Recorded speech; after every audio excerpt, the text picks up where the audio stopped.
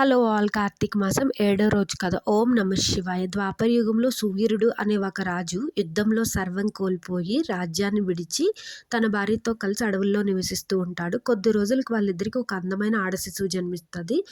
ఆమె యుక్త వయసు వచ్చేసరికి ఆమెని ఒక మునీంద్రుడు కొడుకు చూసి ఇష్టపడి వివాహం చేసుకుంటానని అడుగుతాడు. దానికి మహారాజు నాకు ఎంతో కొంత ధనాన్ని ఇచ్చి నా కుమార్తెను పెళ్లి చేసుకో అంటాడు. అతను ఆ ధనాన్ని ఇచ్చి ఆమెను పెళ్లి చేసుకొని వెళ్ళిపోతాడు. ఆ ధనంతో మహారాజు సంతోషంగా జీవనం కొనసాగిస్తూ ఉంటాడు. కొద్ది రోజులకి ఆ మహారాజుకి ఇంకొక అందమైన ఆడ శిశువు జన్మిస్తుంది. ఆమెకు కూడా కన్యాశుల్కం తీసుకొని పెళ్లి చేస్తే ఇంకొన్ని రోజులు సంతోషంగా ఉండొచ్చు అనుకుంటాడు. ఈలోపు మహారాజు చనిపోయి నరకంలో శిక్ష అనుభవిస్తూ ఉంటాడు. ఎన్నో పుణ్యకార్యాలు చేసి స్వర్గంలో దేవతల చేత మెచ్చుకోబడినటువంటి ఒక గొప్ప మహారాజు ఉంటాడు సువీరుడి వంశంలో.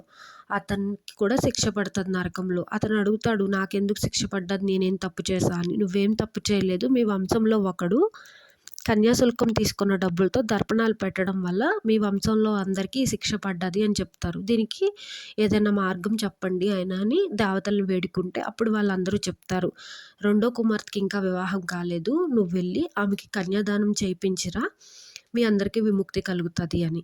అప్పుడు అతను మానవ రూపం తీసుకొని కిందకు వచ్చి సువీరుడి భార్యకి జరిగిందంతా చెప్పి సరైన వరుణ్ణి చూసి సువీరుడు రెండో కుమార్తెకి కన్యాదానం చేపిస్తాడు. అప్పుడు అందరికీ విముక్తి కలుగుతుంది. ఈ వీడియో నచ్చినట్లయితే కనుక తప్పకుండా మన ఛానల్ సబ్స్క్రైబ్ చేసుకోండి. Thanks for watching. Please like and share.